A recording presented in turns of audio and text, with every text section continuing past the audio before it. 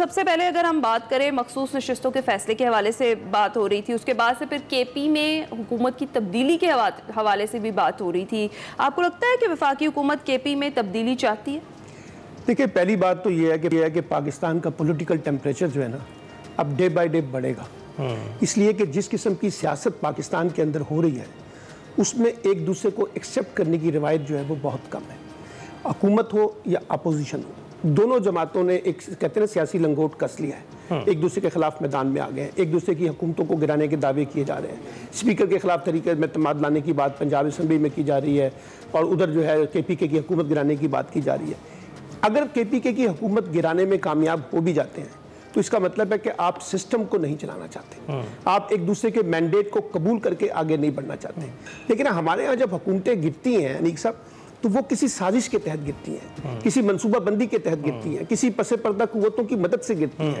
کہیں بیٹھ کے کچھ حکمت عملی طے ہوتی ہے جس کے نتیجے میں حکومتیں گرائی جاتی ہیں، حکومتیں بنائی جاتی ہیں. اب سب مولانا فضل الرحمان بھی کہتے ہیں نا کہ جو عمران خان کے خلاف جو تحریک اعتماد آئی تھی اس میں جنرل باجوہ نے ہمیں سپورٹ کیا تھا اور انہوں نے کہا تھا کہ آپ نے آنا ہے. اور یہ کہا بھی جاتا ہے کہ تحریک اعتماد اس وقت تک کامیاب نہیں ہوتی جب تک کہ اسٹیبلشمنٹ کی سپورٹ حاصل ہو. تو اس کا مطلب ہے کہ پاکستان کی سیاسی رساکشی بڑھ رہی ہے. اسلام آباد کا ماحول دیکھیں تو ایوان صدر میں تبدیلی کی باتیں ہو رہی ہیں، 27ویں ترمیم کو لانے کی باتیں کی جا رہی ہیں، کے پی کے اندر چیلنج کیا جا رہا ہے. پی ٹی آئی جو ہے وہ محرم کے بعد احتجاجی تحریک چلانے کی بات کر رہی ہے، اور ادھر جو ہے پنجاب کے اندر جو ملک احمد خان صاحب نے کیا ہے. دیکھیے ہماری اسمبلیوں کے اندر یہ روایت کوئی نئی نہیں ہے. جس وقت مسلم لیگ نون اپوزیشن میں تھی تو وہ کیا کرتی تھی، اور جب قومی اسمبلی کے اندر مسلم لیگ نون کے لوگ اس پی ٹی آئی کی حکومت کے دوران وہاں کچھ کرتے تھے وہ بھی سب کے سامنے ہے.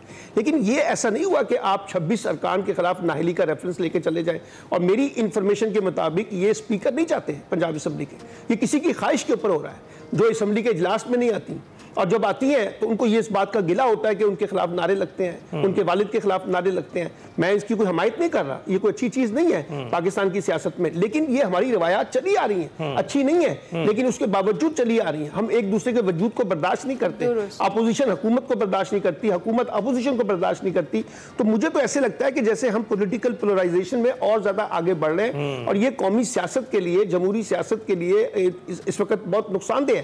ایک ایسے موقع پہ جس وقت بھارت آپ کے سامنے موجود ہے جو ایک چیلنج آپ کے ساتھ کر رہا ہے، عرب پولیٹکس میں تبدیلیاں آ رہی ہیں، یہ جو ابراہیم عقاد کی باتیں کی جا رہی ہیں، اس وقت جو چیلنجز ہمارے ہیں وہ بالکل ڈیفرنٹ ہیں. افغانستان کی صورتحال کو دیکھیں، اور ایسے میں ہم اگر اپنے اندر سیاسی ایڈونچر، سیاسی مہم جوئی، سیاسی محاذرائی، سیاسی جسے کہتے ہیں پولرائزیشن پیدا کر کے کچھ حاصل کرنا چاہتے ہیں تو اس سے یقینی طور پہ آپ اقتدار کو تو مضبوط بنا لیں گے، لیکن یہ بات چلے گی نہیں، یہ بات آگے بڑھے گی نہیں. اور آپ انوائٹ کر رہے ہیں، مثال کے طور پہ سب کو پتا ہے کہ یہ حکومت کیسے بنی تھی، فارم 47 کا کیا رول تھا، فارم 45 کا کیا رول تھا. اب بن گئی نا، اب اگر اس کو آگے چلانا ہے تو آپ نے اگر کے پی کے کی حکومت توڑنی ہے تو یہ عجیب بات ہے. اور دعویٰ کون کر رہا ہے؟ گورنر صاحب کر رہے ہیں، جن کو غیر جانبدار ہونا چاہیے. یہ کام تو وفاقی حکومت کرے، مسلم لیگ نون کے لوگ کرے، پیپلز پارٹی کے لوگ کرے، لیکن وہ تو گورنر ہے.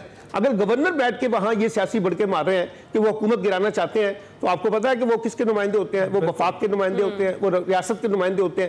تو اس کا مطلب ہے کہ ریاست کا ایجنڈا، وفاق کا ایجنڈا وہ پولرائزیشن کی طرف بڑھ رہا ہے. وہ میں سمجھتا ہوں یہ کوئی اچھی چیز نہیں ہے. استحکام کی جانب ہمیں بڑھنا چاہیے. اور پچھلے دنوں جب جنگ ہوئی تو دیکھا ہم نے سب یہ ایک پلیٹ فارم پر کھڑے تھے، لیکن اس کے بعد جو اب آپ کہہ رہے ہیں سیاسی بھونچال آتا ہوا آپ کو نظر آ رہا ہے، تو ابھی سینٹ کے الیکشن بھی ہیں، وہاں پر بھی 2/3 ان کی اکثریت ہونے والی ہے، ایکسپیکٹ یہ کیا جا رہا ہے. لیکن آپ کو لگتا ہے 27ویں ترمیم کی جانب بھی جایا جا سکتا ہے اس ساری صورتحال کے بعد؟ لیکن اس ملک میں سب کچھ ہو سکتا ہے. اگر آپ نے 26ویں ترمیم کو بنیاد بنا کے عدلیہ کو مفلوج کر دیا ہے، پیرالائز کر دیا اس وقت، آپ کو میں بتاؤں، اور ہماری موجودہ جوڈیشری اس وقت وینٹیلیٹر کے اوپر ہے، انٹرنل لیول کے اوپر ججز جو ہیں وہ اپنا مقدمہ پیش کر رہے ہیں کہ ہماری جوڈیشری کو کہاں لے کے جایا جا رہا ہے. اب آپ دیکھیے کہ جس قسم کی مخصوص نشستوں کا فیصلہ آیا، جس طرح سے فیصلہ، میں یہ نہیں کہتا کہ پی ٹی آئی کو نشستیں ملنی چاہیے تھی، ہو سکتا ہے پی ٹی آئی نے ایرر کیے ہوں گے، آپ نہ دیتے، لیکن یہ جو مسلم لیگ نون میں، پیپلز پارٹی میں، جے یو آئی میں اور باقی جماعتوں کے اندر جو سیٹوں کی بندر بانٹ ہوئی ہے، یہ کس قانون کے تحت ہوئی ہے؟ مجھے بتائیے، ان کا کیسے حق بنتا تھا؟ ان کے پاس کون سا مینڈیٹ تھا؟